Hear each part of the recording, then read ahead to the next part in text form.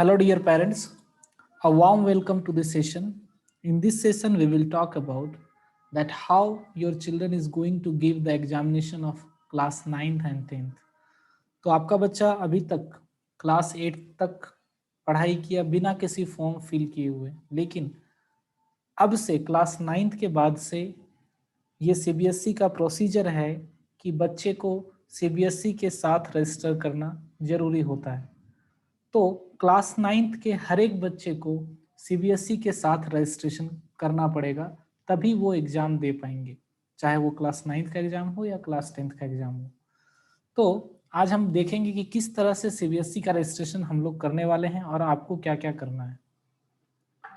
सबसे पहली चीज, आपको दो तीन बातें बहुत अच्छी तरीके से नोट डाउन कर लेना है कि जब भी आप फॉर्म भरोगे, जो फॉर्म आपको स्कूल से मिलेगा, इस फॉर्म को भरने के लिए आपको बहुत ही केयरफुली भरना है। हर एक डिटेल्स को केयरफुली पढ़ना है, हर एक डिटेल्स को आपका जो डॉक्यूमेंट्स है उससे मैच करके फिर उसको फिल करना है। क्यों? क्योंकि सीबीएसई की जो गाइडलाइंस आई है रजिस्ट्रेशन के लिए, उसमें उन्होंने क्या लिखा है कि कई बार क्या होता है कि बच्चा पास करने के बाद, क्लास 10th पास करने के बाद वो रिक्वेस्ट डालता है सीबीएसई के पास कि उसके नेम में चेंज करना है या डेट ऑफ बर्थ में चेंज करना है। तो इस तरह की करेक्शन जो सीबीएसई करती थी पहले, अब उन्होंने करने से मना कर दिया है। उन्होंने कहा है कि from this year onwards all the name, date of birth और any other details should be correctly filled in class 9th itself. आगे चल के किसी तरह का कोई करेक्शन करने को वो लोग अलाउ नहीं करेंगे। तो जब भी आप बच्चे का फॉर्म फिल कर रहे हैं तो उसको थोड़ा केयर के साथ फिल कीजिए, क्योंकि ये आपके बच्चे के फ्यूचर का सवाल है। इन फ्यूचर किसी तरह का कोई प्रॉब्लम ना हो बच्चे के साथ, तो आप थोड़ा टाइम निकाल के 1 घंटा 2 घंटा आराम से फॉर्म को देखिए and fill it very carefully. So all these lines written in CBSE guidelines, so एक बार आप इसे पढ़ लीजिए। अगर आप इसको पढ़ेंगे तो आपको खुद ही समझ में आ जाएगा कि ऑलरेडी सीबीएसई ने ये डिक्लेयर कर दिया है कि करेक्शन के चांसेस नहीं है बाद में।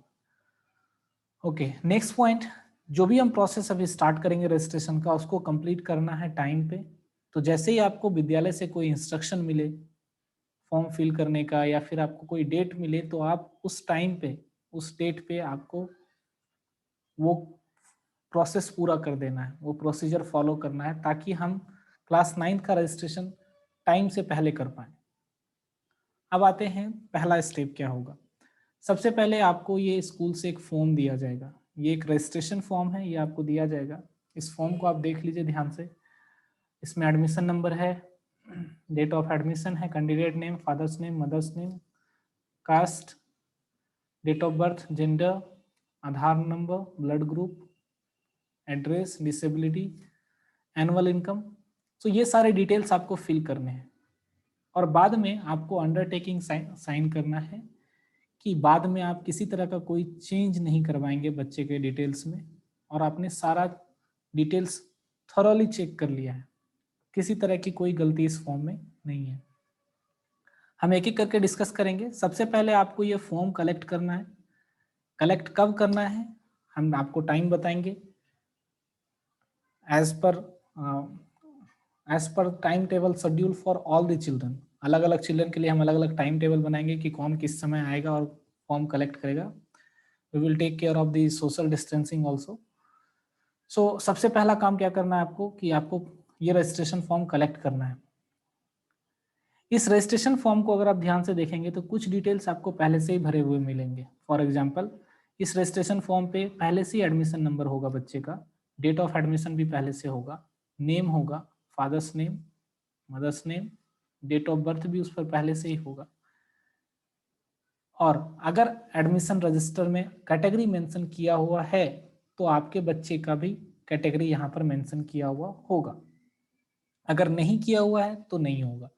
तो इतना डिटेल जो मैंने अभी आपको बताई, ये सारे पहले से ही फिल किए हुए होंगे। आपको उस फॉर्म को देखना है।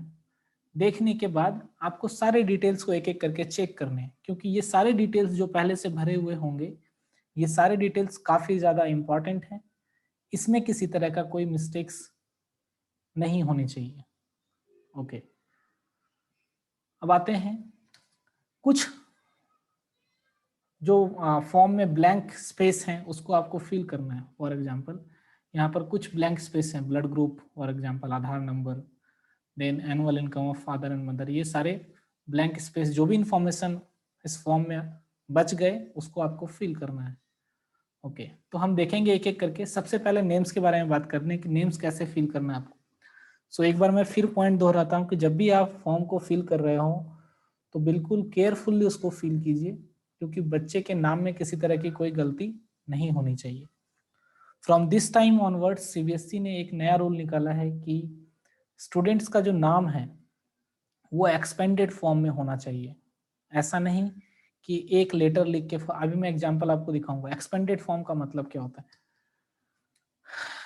फॉर एग्जांपल अभी ये एक सैंपल मैंने लिया है, कैंडिडेट नेम, नीचे देखिए बी ध्रुवन, ये कैंडिडेट का नाम है। It is not in expanded form. ये जो बी वर्ड है इसको एक्सपेंड करके लिखना है।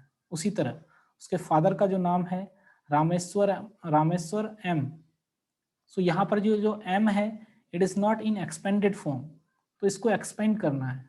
तो अगर किसी का नाम बी ध्रुवन है तो फॉर एग्जाम्पल मैं एक एग्जाम्पल ले रहा हूँ कि उसका नाम अगर भव्येश ध्रुवन है तो ये पूरा भव्येश भी वहां पर आना चाहिए। ठीक है, उसी तरह रामेश्वर मूर्ति, एम फॉर मूर्ति, तो ये पूरा नाम यहाँ पर आना चाहिए। ठीक है, मदर नेम में कोई दिक्कत नहीं है, ये already full form expanded form में है। तो सीबीएसई का जो इस पर गाइडलाइंस आया है उसमें आप ध्यान से इसको पढ़ लीजिए। Student must keep the expanded name of self, father, mother, guardian, no abbreviation be given. Then second point है स्टूडेंट में check their data in similar in all the documents like date of birth certificate, school records, Aadhaar, passport. तो आपको आपका जो document है, जो भी आपके पास आधार कार्ड है या फिर एनी अदर डॉक्यूमेंट्स जैसे डेट ऑफ बर्थ सर्टिफिकेट है, उससे आपको मैच करना है। उसके अकॉर्डिंग ही आपका स्कूल एडमिशन रजिस्टर में नाम है या नहीं है ये चेक करना है। इन्होंने 3 बार इस बात को मेंशन किया है कि स्टूडेंट को क्या करना है, अपना पूरा नाम को डिस्क्राइब कर फॉर्म में लिखना है, एब्रिविएशन यूज नहीं करना है, abbreviation should not be used. Spelling of the name it should B correct, इसमें किसी तरह का कोई मिस्टेक्स नहीं होना चाहिए। तो आप जब भी इसको फिल करें नेम वाला पोर्शन, लेटर बाय लेटर आप उसको चेक कीजिए, एक एक लेटर करके, और केयरफुली सारे चेक डिटेल चेक करके आप हमें बताइए अगर कोई मिस्टेक्स हैं तो। नेक्स्ट, अब अगर किसी को किसी पेरेंट्स को लगता है कि नहीं हम इसको एक्सपेंड नहीं करना चाहते हैं, ये बी ध्रुवन में बी को एक्सपेंड नहीं करना चाहते, तो ऐसे सिचुएशन में आपको एक अंडरटेकिंग लिख के देना होगा।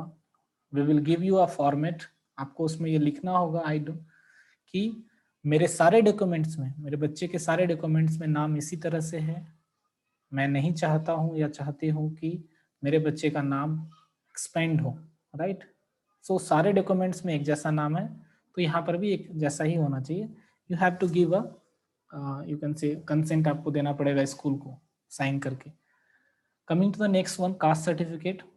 सभी स्टूडेंट को कास्ट सर्टिफिकेट प्रोवाइड कराना है स्कूल को, other than general category. General category को छोड़ के बाकी सभी कैटेगरी के लोगों को कास्ट सर्टिफिकेट स्कूल को प्रोवाइड करना है। एंड ये कास्ट सर्टिफिकेट बच्चे के नाम पे होना चाहिए, not on the name of parents, so it should be on the name of students, right. Caste वाला जो कॉलम है इसमें देखिए आप इस तरह का फॉर्म में ऑलरेडी होगा। अगर कोई बच्चा ओबीसी का है तो ओबीसी वाला कॉलम ठीक तरीके से होगा, बाकी का जो होगा वो उस पर इस तरह से मार्क लगा होगा। अगर इस पर मार्क नहीं लगा हुआ है किसी पर भी तो इसका मतलब ये है कि आपने स्कूल को कास्ट सर्टिफिकेट नहीं दिया है, तो आपको वो प्रोवाइड कराना है।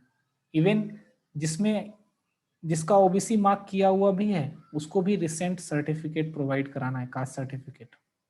देन इसके अलावा other details like date of birth आपको केयरफुली चेक करना है, जेंडर, आधार नंबर प्रोवाइड कराना है।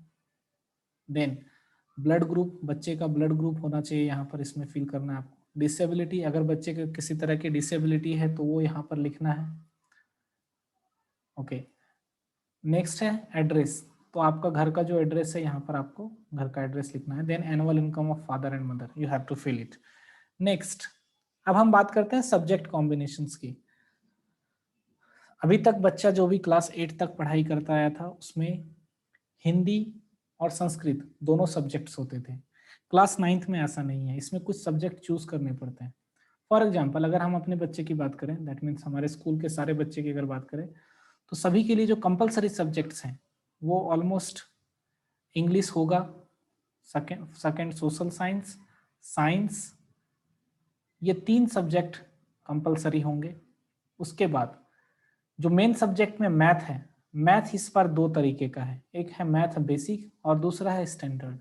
बेसिक का मतलब है कि वैसा इसमें जो क्वेश्चन पेपर आएंगे वो बेसिक लेवल्स के आएंगे, ये उतना ज़्यादा टफ नहीं होगा।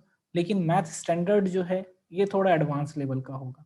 डिफरेंस ये है कि जो बच्चा बेसिक लेगा वो क्लास 11th में या +2 में वो मैथ सब्जेक्ट चूज नहीं कर सकता है। सो +2 में मैथ वही चूज कर सकता है जो स्टैंडर्ड से क्लास 10th पास किया हो, मैथ स्टैंडर्ड से क्लास 10th पास किया हो। सो किसी को लगता है कि अगर हम +2 में मुझे मैथ नहीं लेना है, कोई आर्ट सब्जेक्ट लेना है, तो ऐसे सिचुएशन में वो मैथ बेसिक चुन सकता है। ओके, नेक्स्ट, हिंदी और संस्कृत इस दोनों में से एक सब्जेक्ट को चूज करना है, या तो हिंदी या तो संस्कृत, इस दोनों में से एक चूज करना है।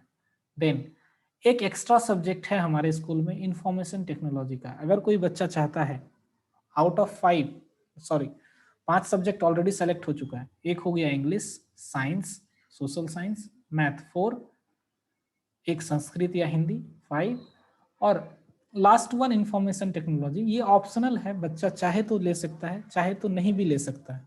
तो ये छठा सब्जेक्ट हो जाएगा। ओके, अगर कोई बच्चा अभी क्लास 9th में इंफॉर्मेशन टेक्नोलॉजी एक सब्जेक्ट ले भी लेता है और क्लास 10th में जाने के बाद उसको इस सब्जेक्ट का भी एग्जाम देना होगा, दैट मीन्स क्लास 10th में भी 6 सब्जेक्ट होंगे। बाद में अगर क्लास 10th में वो चाहता है, वो बच्चा चाहता है कि इंफॉर्मेशन टेक्नोलॉजी का मैं एग्जाम ना दूं, तो उसको कोई एक वैलिड रीजन देना होगा, रीजन देने के बाद वो सब्जेक्ट को छोड़ सकता है। ओके, दूसरा, अगर कोई एक एक्स्ट्रा सब्जेक्ट लेता है, जैसे किसी बच्चे ने इंफॉर्मेशन टेक्नोलॉजी नाम का एक सब्जेक्ट ले लिया एक्स्ट्रा, दैट मीन्स उसके पास 6 सब्जेक्ट हो गए। अगर वो बच्चा किसी एक सब्जेक्ट में फेल हो जाता है, कंपलसरी सब्जेक्ट में, that means social science, math और साइंस, इस तीनों सब्जेक्ट में किसी एक सब्जेक्ट में फेल हो जाता है, तो ऐसे सिचुएशन में अगर वो छठे सब्जेक्ट में, दैट मीन्स जो उसने एक्स्ट्रा सब्जेक्ट लिया है उसमें अगर वो पास हो गया, तो एक्स्ट्रा सब्जेक्ट जो है वो मेन सब्जेक्ट को रिप्लेस कर देगा। और जैसे मान लेते हैं कि कोई एक बच्चा है, वो मान लेते हैं कि एसएसटी में फेल हो गया, ठीक है, एसएसटी में ही गॉट फेल, उसने इंफॉर्मेशन टेक्नोलॉजी भी एक सब्जेक्ट लिया था, इसमें वो पास कर गया, तो एसएसटी के जगह पर ये सब्जेक्ट आ जाएगा और वो बच्चा पास हो जाएगा, that means he will be declared as a pass, right. तो ये हो गया सब्जेक्ट कॉम्बिनेशन। लास्ट में आपको नीचे नीचे वाले कॉलम में सिग्नेचर करना है। क्या सिग्नेचर करना है? ये अंडरटेकिंग है जिसमें ये लिखा हुआ है कि आपने सारे डिटेल्स को थॉरोली चेक कर लिया है, किसी तरह का कोई मिस्टेक्स नहीं है आपके। आप फ्यूचर में बच्चे के किसी भी डिटेल्स को चेंज करने का रिक्वेस्ट सीबीएसई में नहीं डालोगे। अगर कोई गलती होती है तो इसकी सारी रिस्पॉन्सिबिलिटी आपकी। 3 सिग्नेचर होंगे यहाँ पर, स्टूडेंट का, फादर का एंड मदर का, राइट। तो ये तीनों सिग्नेचर आपको करने हैं यहाँ पर। उसके अलावा आपको फोटोग्राफ्स प्रोवाइड कराने हैं, बच्चे के फोटोग्राफ्स चाहिए हमें। तो फोटो जो होगा वो कलर फोटो होगा। उसके बाद पिछले 6 महीने के अंदर का होना चाहिए फोटोग्राफ्स, बहुत पहले का फोटोग्राफ्स नहीं होना चाहिए। पासपोर्ट साइज फोटोग्राफ्स होना चाहिए, राइट। इसमें जो ये जो फोटोग्राफ होगा इसमें स्माइलिंग इज अलाउड, ठीक है। एक्सप्रेशन, अगर स्माइलिंग एक्सप्रेशन है तो वो अलाउड है। इसके अलावा बिल्कुल क्लियर होना चाहिए। बैकग्राउंड जो होना चाहिए वो सॉलिड होना चाहिए। सॉलिड मतलब या तो बैकग्राउंड व्हाइट या फिर नेवी ब्लू कलर का, इट इज बेटर, ठीक है। व्हाइट या फिर नेवी ब्लू कलर का बैकग्राउंड होना चाहिए पीछे। आई जो है बिल्कुल ओपन होना चाहिए, वो कैमरा की तरफ देखता हुआ होना चाहिए। फेस टेढ़ा नहीं होना चाहिए, टिल्टेड नहीं होना चाहिए, बिल्कुल सीधा होना चाहिए। सो इस तरह के फोटोग्राफ्स आपको 3 देने हैं। 3 फोटोग्राफ्स आपको प्रोवाइड करने हैं। अब हम बात करते हैं कि क्या क्या डॉक्यूमेंट्स आपको देना है स्कूल को। पहला, आपको कास्ट सर्टिफिकेट देना है अगर आप SC ST या OBC कैटेगरी से बिलोंग करते हैं। आधार कार्ड देना है। आधार कार्ड इज ऑप्शनल, आप अगर देना चाहते हैं तो दे भी सकते हैं, नहीं तो नहीं भी। 3 पीस फोटोग्राफ्स चाहिए। उसके बाद in case of any change या करेक्शन, अगर आप नाम में किसी तरह का कोई चेंज करना चाहते हैं या फिर कुछ करेक्शन करना चाहते हैं तो उसके लिए आपको सपोर्टिव डॉक्यूमेंट्स देना पड़ेगा। क्या सपोर्टिव डॉक्यूमेंट्स चाहिए वो आपको स्कूल में पता चलेगा, विल टेल यू। जैसा भी चेंज होगा, करेक्शन होगा, उसके लिए कौन सा सपोर्टिव डॉक्यूमेंट चाहिए वो हम आपको बताएंगे। आधार कार्ड के लिए आधार कार्ड का फोटोकॉपी आपको देना है। It is better for the student if you have Aadhaar card, you should provide it, right? So I think all of you have Aadhaar card. So these are the documents you need to give to the school. Okay. Next, the step 2. अब आपको fee payment करना है। Fee payment जो है 300 है पर student, without late fee, बिना किसी लेट फी के। इंडिया में जो स्कूल है उसका 300 रुपये फी है, राइट। अगर आप लेट फी के साथ देना है तो फिर अगर आप लेट करते हैं तो 300 प्लस 2000, दैट मीन्स 2300 रुपीज़ आपको देने पड़ेंगे। तो जो भी रजिस्ट्रेशन प्रोसेस है वेल इन एडवांस आप कंप्लीट कर लीजिए ताकि किसी तरह का एक्स्ट्रा चार्जेस ना लगे। Okay, next, I think it is done. So maybe we will call you on Monday. Monday मैं टाइम बता दूंगा कितने बजे आना है, और फॉर्म कलेक्ट करके आपको सारा डॉक्यूमेंट्स लेके आना है वहाँ पर। अगर सब कुछ सही है तो वहीं पर साइन करके you have to submit it to the school administration. Thank you, have a nice day.